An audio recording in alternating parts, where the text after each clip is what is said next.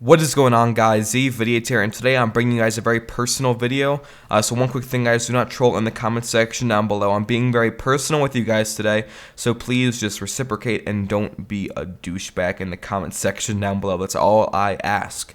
So let's just go ahead and hop right into the story right away. So 5 years ago from today, I had to go to school early. The reason for this was because I wrote a 66-page archaeology paper in 6th grade, and it was in color, so I had to go to school and print it out early at our school because otherwise it would take so long on our home printer because it had some sort of issue at the time. So anyway, I wake up early to go to school, but on my way out, I had to wake up my brother.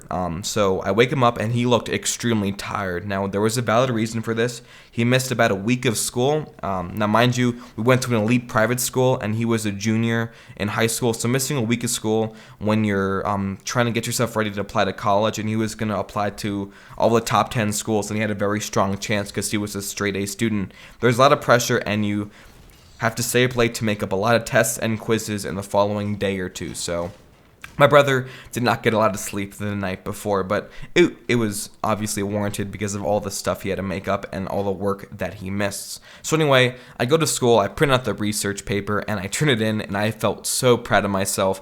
Writing all that stuff in 6th grade just made me feel really good about myself. So I printed it out, turned it in, and then we had to go to PE later in the day. So the day was going pretty gosh darn well, if you ask me. Now when we get to PE, we do our normal PE things that you do in 6th grade, but when it was time to leave, because our gym was about 5 blocks away from the main school, they said that we can't go back right now. There was some sort of accident on the street.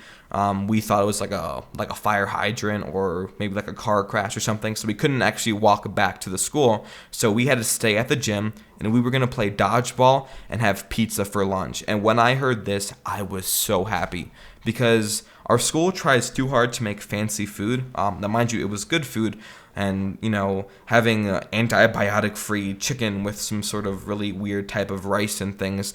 It sounds great, it tastes great, but sometimes a 6th grader just wants some gosh darn pizza for lunch. So I was really happy about that. And then I love dodgeball. Like, dodgeball was my sport. I would always be like the last alive and clutch the win for my team. So I always loved playing dodgeball, but we didn't actually play it much that year, so getting this opportunity to play dodgeball just made me feel super happy inside. So we're playing dodgeball, and after the first round, my teacher, Mr. B, called me outside and said that my mom was going to come and visit me. So when we go outside to wait for my mom, there's me, Mr. B, and then also the head of the athletic department there, and we're at the gym. So at this point, I'm freaking out, wondering what did I do wrong, because your mom's coming to the school, the head of the 6th grade department, which was Mr. B, is there, and the head of the athletic department is also there.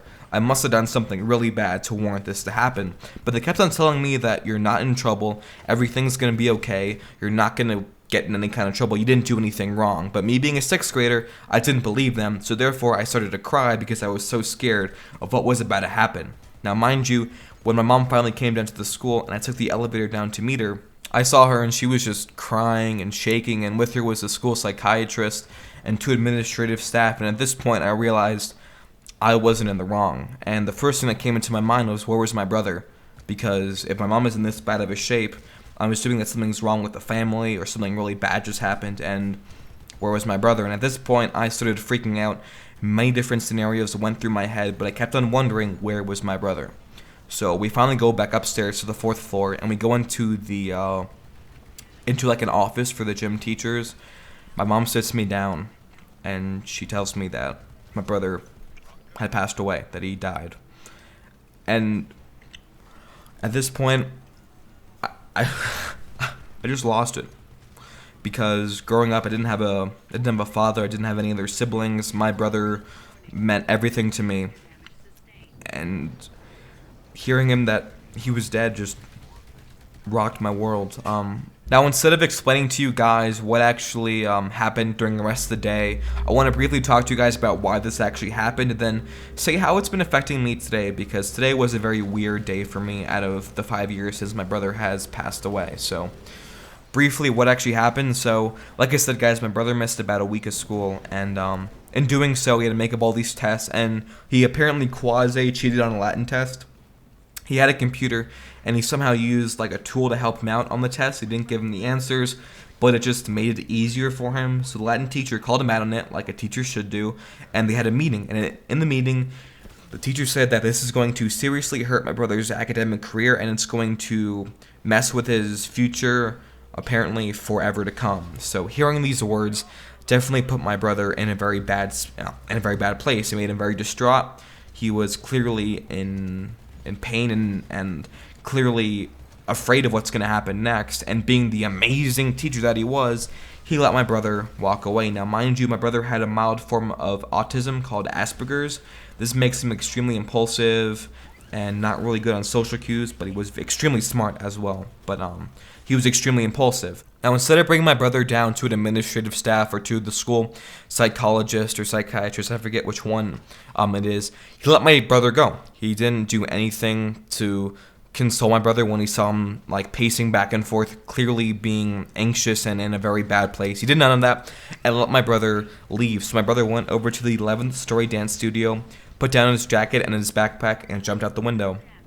Now, mind you, my brother was not depressed. He wasn't suicidal. He committed something called impulsive suicide. If my brother would have been sat down for 15, 20, 30 minutes, he wouldn't have killed himself. If the teacher would have done any of those things, my brother would have still been alive to this day. So, yeah. Now, today's really weird because today I become older than my older brother ever lived to be. And it's really weird for me to think that today I will be older, by the end of today, 1 day older than my brother ever was. 1 day older at 17 than my brother. Not at 50, at 60, at 70, 80, or 90. At 17, I will officially eclipse my brother in age. And it's weird because growing up, my brother always told me that he was going to live longer than me. And here I am today, and there's nothing that I would trade not to have my brother back, because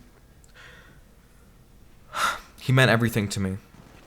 And him gone just still hasn't hit me yet. That he's never coming back.